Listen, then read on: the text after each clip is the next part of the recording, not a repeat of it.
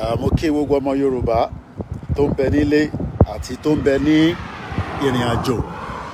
Torí ìrìn àjò làwa wà yìí.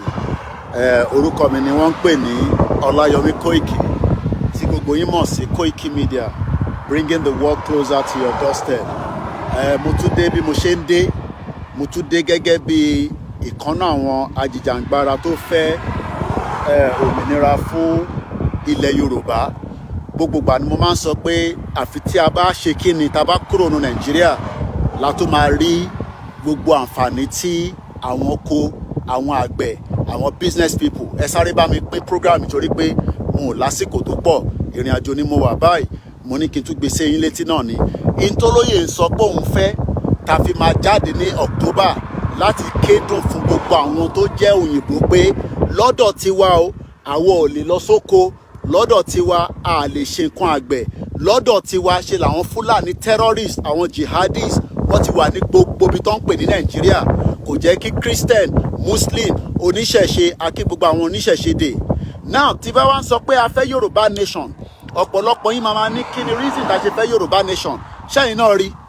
Ṣé rí reason tí a ṣe fẹ́ Yorùbá nation?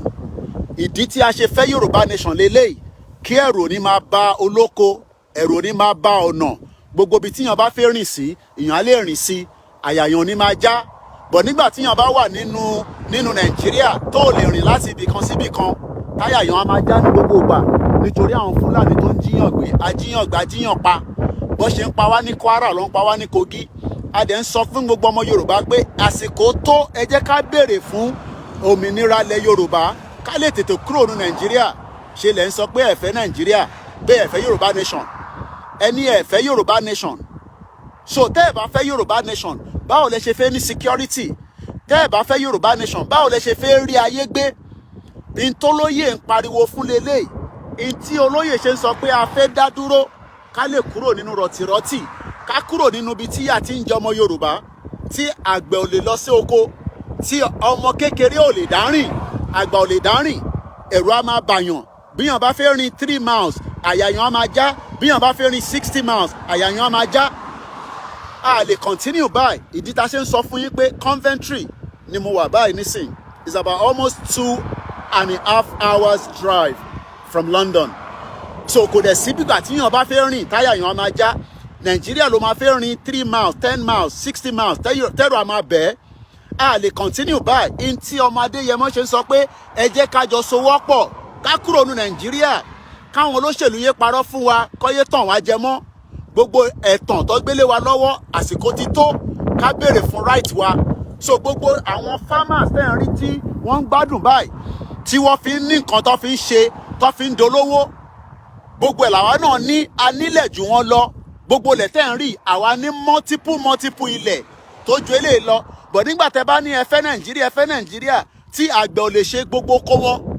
So how do we continue to live in denial? Ó ṣe jẹ́ pé irọ́. Tabade ń sọ, ẹni ká keep quiet, ẹni kí shut up. 3 hours drive ni mo ti wà lórí ìrìn àjò. Àyà mi ò lè já nítorí pé kí ni security ń bẹ. Gbogbo eléyìí la ṣe ń sọ fáwọn èèyàn wa pé ẹ jẹ́ ká kúrò nínú rọ̀tìrọ̀tì ní kíákíá. Ẹ jẹ́ ká lọ síbi tí gbogbo wa náà máa lè láǹfààní. Tíyàn kankan ní máa tọyàn kan jẹ́. This is the kind of life that we are asking for. But nígbà tẹ́ bá sọ pé ẹ fẹ́ ru life yìí, kí la máa ṣe sí? Àfi ká máa encourage yín, àfi ká jọ máa ṣe encouragement yẹn. Mo kí gbogbo yín lẹ́ẹ̀kan sí o. So lẹ́ẹ̀kan sí, mo kàn fẹ́ kẹ́ wo wind turbine yẹn ní all further down. Gbogbo ilẹ̀ Yorùbá pátá ló yẹ kó ní wind turbine. Gbogbo ibi tẹ́ ń wò yìí pátá, security débẹ̀, iná débẹ̀, omi débẹ̀, irrigation wà. Tí bá tún rí ibi tí àwọn mo ráwọn ibì kan tẹ́ pé lẹ́ǹkan tí wọ́n ti ń ṣe màálù, màá tún ráyè park. But mo gbọ́dọ̀ máa tẹ̀síwájú torí pé ìrìn àjò mi ṣì pọ̀ díẹ̀. Mo kí gbogbo ilé lẹ́ǹkan sí o. Lẹ́ǹkan sí, do not let any politicians tell you otherwise anymore. Enough is enough. Wọ́n ti parọ́ fún wa for so long. Ìwọ tó bá wá dẹ̀ sọ pé kí n shut up, no problem. Èmi wà 3,000 miles. Kí Fúlàní tó jí mi gbé níbí báyìí, á pẹ́. Kí Fúlàní tó jí mi gbé níbi tí mo wà yìí, á ṣe díẹ̀. But ìwọ ni wọ́n máa jí gbé. Ìwọ ni ò ní láǹfààní àfi tí wọn náà bá sá kúrò ní Nàìjíríà. Bó ṣe gbogbo wa la máa wá sá kúrò ní Nàìjíríà, ṣé a máa kó 35 million ọmọ Yorùbá ṣé a máa kó wọn kúrò ní Nàìjíríà kó wá gbé ní UK, kó lọ gbé ní Amẹ́ríkà, kó lọ gbé ní Canada,